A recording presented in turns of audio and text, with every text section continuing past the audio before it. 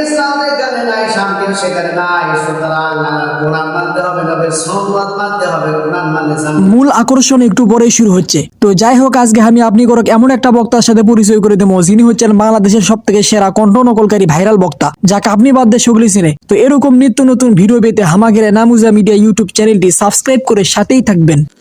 জীবনে আমার একবার পারি করেছে না, আবার পারি করেন না। এবার কোরআনের পথে আসে, নবীর সুন্নতের পথে আসেন। কথা বলেন ঠিক কিনা? ঠিক। ইসলাম যেখানে শান্তি সেখানে কথা বলবে কেন?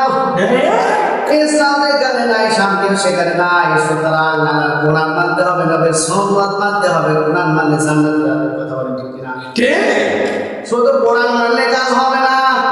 কোরআন মানলাম কিন্তু নামাজ আদায় করলাম না, বাটপারি করলাম। সুতরাং বাটপারি অনেক করেছেন, বাটপারি করেন, এবার কোরআন পথে আসেন। কথা বলেন ঠিক কিনা? মুসলমান ভাইরা আমার, এই কথাগুলো ভালো করে শুনে নেন। জীবনে আল্লাহ রাব্বুল আলামিন দুনিয়াতে আপনাকে পাঠালেন, কিন্তু আপনি আল্লাহর কোরআন মানলেন না, নবীর সুন্নাত মানলেন না, আপনি জীবনে লাভ নেই। কথা বলেন ঠিক কিনা? ওরে যুবক, আল্লাহর গোলাম, যে আল্লাহ তোমাকে দুনিয়ার মধ্যে পাঠাইলেন, ওই আল্লাহরে তুমি কেমনে ভুলিয়া যাও? আল্লাহ বলে, ওরে বান্দা তুমি নামাজ পড়ো।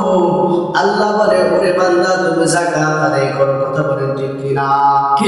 ওরে যুবক বাইরে আমার, কাল কিয়ামতের ময়দানে তোমাকে বলা হবে, ওরে যুবক, তোমার যৌবনটা তুমি কোথায় কাটাইছো? তুমি তোমার সম্পদটা তুমি কিভাবে কামাইছো? এমনকি এটাও বলা হবে, তুমি তোমার সম্পদটা কোন কাজে ব্যয় করেছো, কোথায় ব্যয় করেছো? মুসলমান বাইরে আমার, এই জন্য লক্ষ্য করে শুনে নিন, আমার আপনার এই জীবনটা আল্লাহ রাব্বুল আলামিন দান করেছেন। কথা বলেন ঠিক কিনা? আমার আপনার যে মনটা চাইবে, ওই মনটা, সেই মনটা কাজ করা যাবে না। কথা বলেন ঠিক কিনা? ওরে যুবক, আল্লাহর গোলাম, আমি আপনি যদি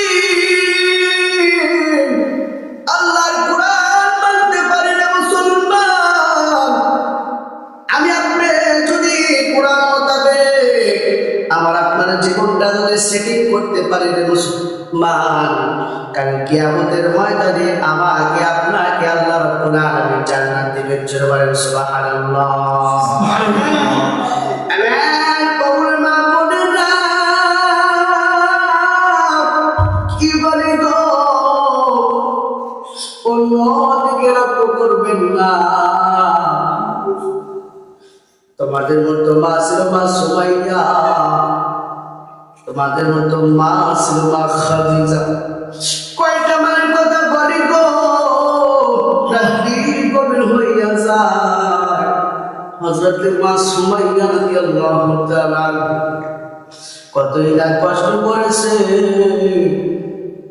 তাকে পণ্য নিক্ষেপ করে তাকে কিন্তু মারা হয়েছে। মুসলমান ও মা বোনেরা,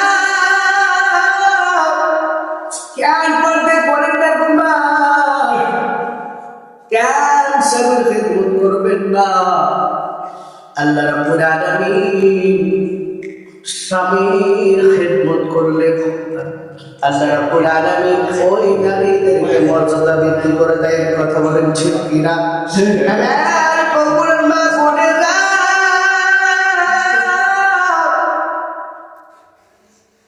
এই জন্য না গো, স্বামীর খিদমত করবেন গো মা। আল্লাহ রাব্বুল আলামিনের পাঁচ ওয়াক্ত ফরজ নামাজ আদায় করবেন গো মা। শুধু তাই নয় রে মা, স্বামীর খিদমতের সাথে সাথে পাঁচ ওয়াক্ত নামাজ যদি পড়তে পারেন, আর স্বামী যদি আপনার প্রতি খুশি থাকে, আমার আল্লাহ রাব্বুল আলামিন আপনাকে জান্নাত দিবে। জোরে বলেন সুবহানাল্লাহ। আর জোরে জোরে বলেন সুবহানাল্লাহ।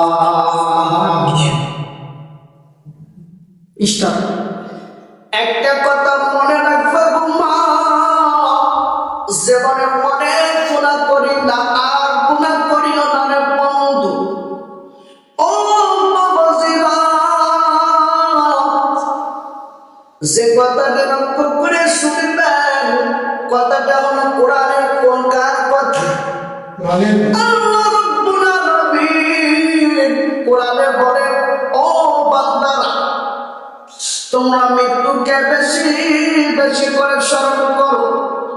ও বন্ধু, মৃত্যুটা আমাদের গভীরে চলে আসবে। মৃত্যু কখন কার নিকট আসবে আমি আপনি কিন্তু বুঝতে পারবো না। এই জন্য বাবারা সে কথাটি বলবো, আমার আপনার কোরআন আগে মানতে হবে, নবীর সুন্নাত মানতে হবে। আল্লাহ রাব্বুল আলামিন কোরআন মানার কারণে, নবীর সুন্নাত মানার কারণে আল্লাহ রাব্বুল আলামিন অবশ্যই জান্নাত দিবে। জোরে বলেন সুবহানাল্লাহ। আল্লাহ রাব্বুল আলামিন বলেন, যালিকাল কিতাব, এটা এমন একটা কিতাব, লা রাইবা ফি, এর মধ্যে কোনো সন্দেহ নেই, হুদাল লিল মুত্তাকিন, এটা হলো মুত্তাকিনদের জন্য হিদায়াত স্বরূপ। জোরে বলেন সুবহানাল্লাহ। আল্লাহ রাব্বুল আলামিন মানুষদেরকে বলে দিলেন, আমি দুনিয়ার মধ্যে এমন একটা কোরআন, এমন একটা জিনিস আমি দুনিয়ার মধ্যে পাঠাইছি, এই জিনিসটা যদি কেউ যদি যালিকাল কিতাব, অর্থাৎ এই কিতাবটা যদি কেউ যদি নিজের জীবনের সাথে সেটিং করতে পারে, আমার আল্লাহ রাব্বুল আলামিন তাকে জান্নাত দান করবেন। জোরে বলেন সুবহানাল্লাহ।